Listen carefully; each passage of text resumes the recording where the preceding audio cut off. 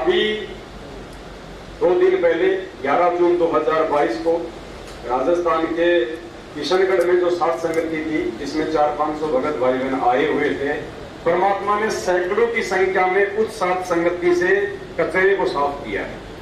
जो कचरा था, जो फालतू में वहां पे रोड पाड़ने के लिए आता था, ज्ञान आधार नहीं था उनको, देखा देखी में आ रहे थे, कुछ नहीं सीख के जा रहे थे, वापस गंदगी फैलाते थे, तो सैकड़ों की संख्या में परमात्मा ने किशनगढ़ सात संगति से कचरा, सात संगति से बाहर निकाल दिया परमात्मा। भाई बहन जो वहां पे थे, दास के जाने के बाद उन्होंने दास को सारी सूचना दी कि कौन कौन आत्माएं सात संगतियों के विषय में क्या क्या बातचीत वो कर रहे थे, कैसे लोगों की हाँ में हाँ मिला रहे थे, कोई ज्ञान आधार नहीं था। तो वो कचरा निकलना बेहद ही जरूरी था। देखो, पिछले 7 साल से परमात्मा इस कुत्ते को निमित्त बना के लाखों की संगत की छटनी करवा के एक सात संगति बना दी। अब सात संगति में भी दास के माध्यम से ही परमात्मा छटनी करवाएगा। ये लोग खाली रोट पाड़ने के लिए आ रहे हैं या कुछ ज्ञान आधार भी है, कुछ मोक्ष मार्ग के लिए भी आगे बढ़ रहे हैं।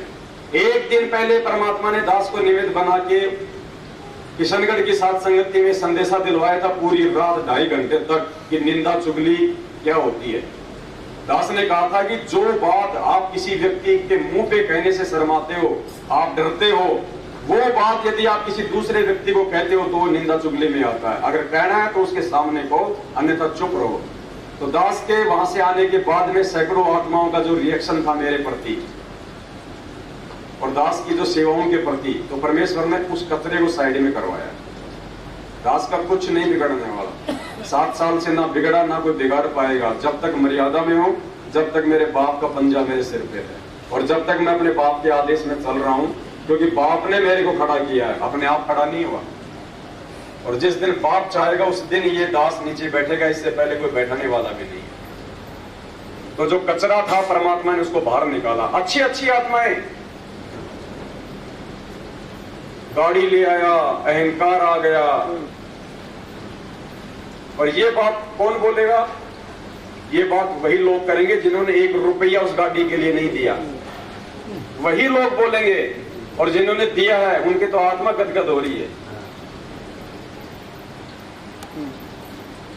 और भी बहुत सारी बातें वहां भाई बहनों ने बताई। और परमात्मा ने उन आत्माओं को दास की नजरों में लाए ताकि आगे से दास ऐसी निकम्मी आत्माओं से सावधान रहे। दास किसी भी ऐसी आत्मा पे व्यर्थ में विश्वास करके कहीं धोखा ना खा जाए, क्योंकि बहुत लंबा खेल चलना है। ये तो कोई छोटा चीज थोड़ी है। वो तो परमात्मा है भैया। वो तो 20 साल भी जेल में बैठा रहेगा, उसको कोई फर्क नहीं पड़ने वाला। उसके सतलोक में कोई हड़ताल थोड़ी लग रही है। जो परमात्मा जाएगा तो हड़ताल टूटेगी, तो उसका वहां पे वो फैक्ट्री चलेगी। वो तो परमेश्वर है, वो तो 1000 साल जेल में बैठा रहेगा भैया। जब अर्जुन सर्जन को 250 साल जिंदा रख सकता है, तो वो तो स्वयं परमात्मा है। वो तब तक नहीं आएगा जब तक संगत का खून पसीना नहीं निकलेगा, जब तक संगत का सारा तेल नहीं निकलेगा। वो हंस आत्माएं लेने के लिए आया है।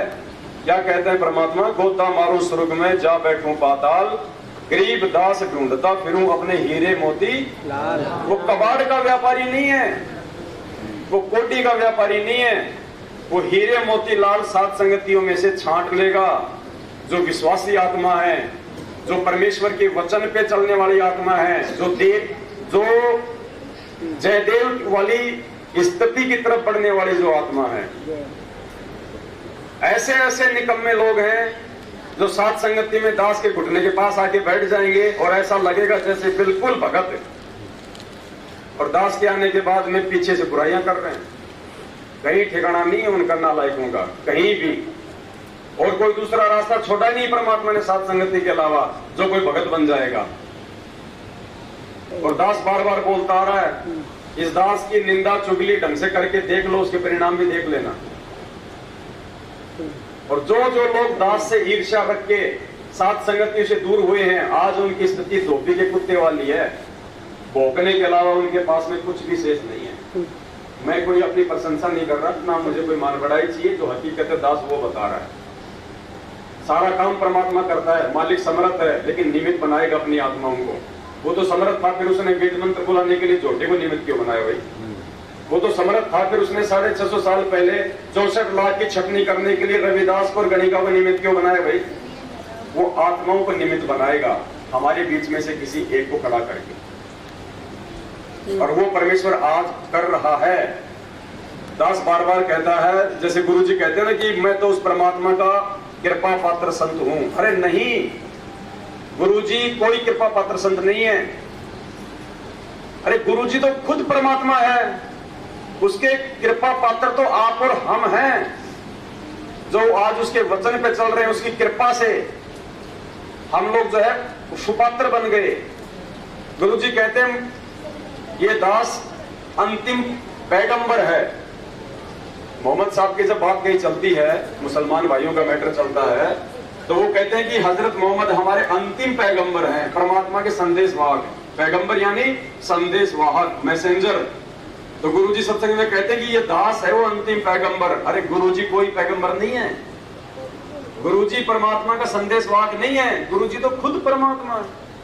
संदेशवाहक तो आप और हम हैं जो समझा रहे हैं उस लाखों की भीड़ को कि समझ जाओ परमात्मा का वचन ये कहता है, और तुम कहां जा रहे हो, कहां जाके तुम गिरोगे औंधे मुंह। और जितनी बार भी ये लोग साथ संगति वालों को दुखी करते हैं, परेशान करते हैं, व्यर्थ में हर बार इन लोगों को मुंह की खानी पड़ती है।